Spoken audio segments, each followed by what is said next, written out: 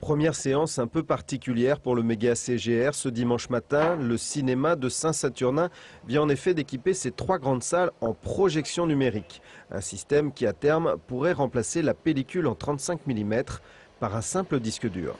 Jeudi, on a reçu le film via ce disque dur. Ce film, il nous l'a fallu télécharger donc, dans l'appareil via une clé USB. Donc on a inséré le film dans la clé USB comme ceci. Donc le film s'est retrouvé enregistré dans le serveur de l'appareil. Et vendredi, on a reçu par mail donc, ce qu'on appelle une KDM, la clé qui permet de délivrer le film qui était dans le disque dur. Donc cette clé délivre le film pour la projection. Plus facile d'utilisation, la copie numérique coûte 10 fois moins cher que le 35 mm. De plus, elle ne s'altère pas. Nous, on s'est aperçu que l'image était beaucoup plus propre. Des couleurs réapparaissent en numérique qu'on ne voit pas en 35 mm. La pureté du son, la pureté de l'image, la pureté des couleurs. Le film ne vieillit pas dans le temps. Le méga CGR va équiper l'ensemble de ces 12 salles avant la fin de l'année.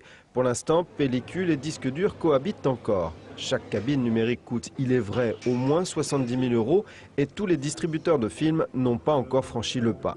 Mais ce n'est probablement plus qu'une question de temps, car le numérique ouvre de nombreuses perspectives. Pour cette première séance, le CGR avait programmé Fly Me to the Moon, un film d'animation en 3D avec lunettes spéciales. Cette technique, digne du futuroscope, se popularise donc avec l'arrivée du numérique dans les grandes salles. D'autres idées sont déjà à l'essai. Le numérique de suite, il nous apporte une qualité sonore, visuelle supérieure aux 35 mm et ouvre peut-être des portes à d'autres activités toujours cinématographiques. L'ouverture de, je sais pas, une retransmission sportive d'un événement de type Coupe du Monde de football ou de rugby ou une compétition régionale ou nationale de jeux vidéo en ligne, une console de jeu sur le grand écran. Face à la concurrence du home cinéma, le vrai cinéma doit s'adapter. La révolution numérique n'en finit pas de bousculer les habitudes.